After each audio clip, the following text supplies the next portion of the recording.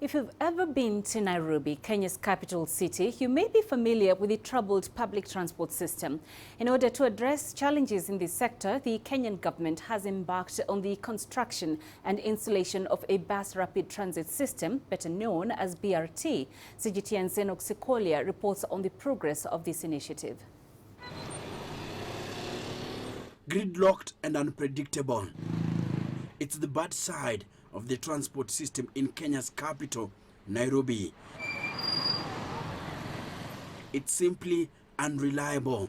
In fact, one thing you are guaranteed to see in almost every corner of Nairobi is traffic congestion, particularly during rush hour.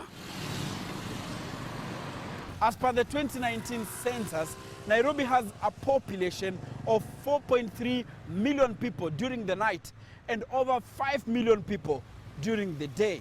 Now, moving this huge population in the current system borders a nightmare. A research conducted by the Nairobi Metropolitan Authority, abbreviated as NAMATA, estimates that Nairobi City loses $1 billion annually due to traffic congestion. Kenya's Housing and Urban Planning Principal Secretary Charles Hinga says the consequences of having a congested city are far-reaching. When those cars are sitting in heavy traffic like you can see here, they are polluting more, you know? And then you're not even talking about the productive hours in a day. How many hours do you lose because of you being stuck in traffic? That is the ugly side of Nairobi's transport system that the government wants to get rid of. It sees the bus rapid transit system, or simply the BRT, as the future and a solution to many of the current challenges. Chinese construction firm Sikolia Corporation is currently putting up the infrastructure needed for the smooth running of the system that includes high-capacity buses. And it will be a separated lane for the BRT bus to run, and there will be no conflict with the normal traffic. We have already started it, issues to do with acquisition of buses.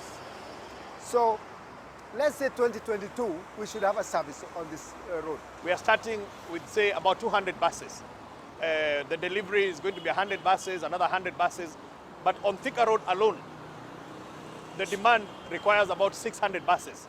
Now, these builders have been constructing foundations, steel frames and staircases for BRT stations along Thika Highway here in Nairobi.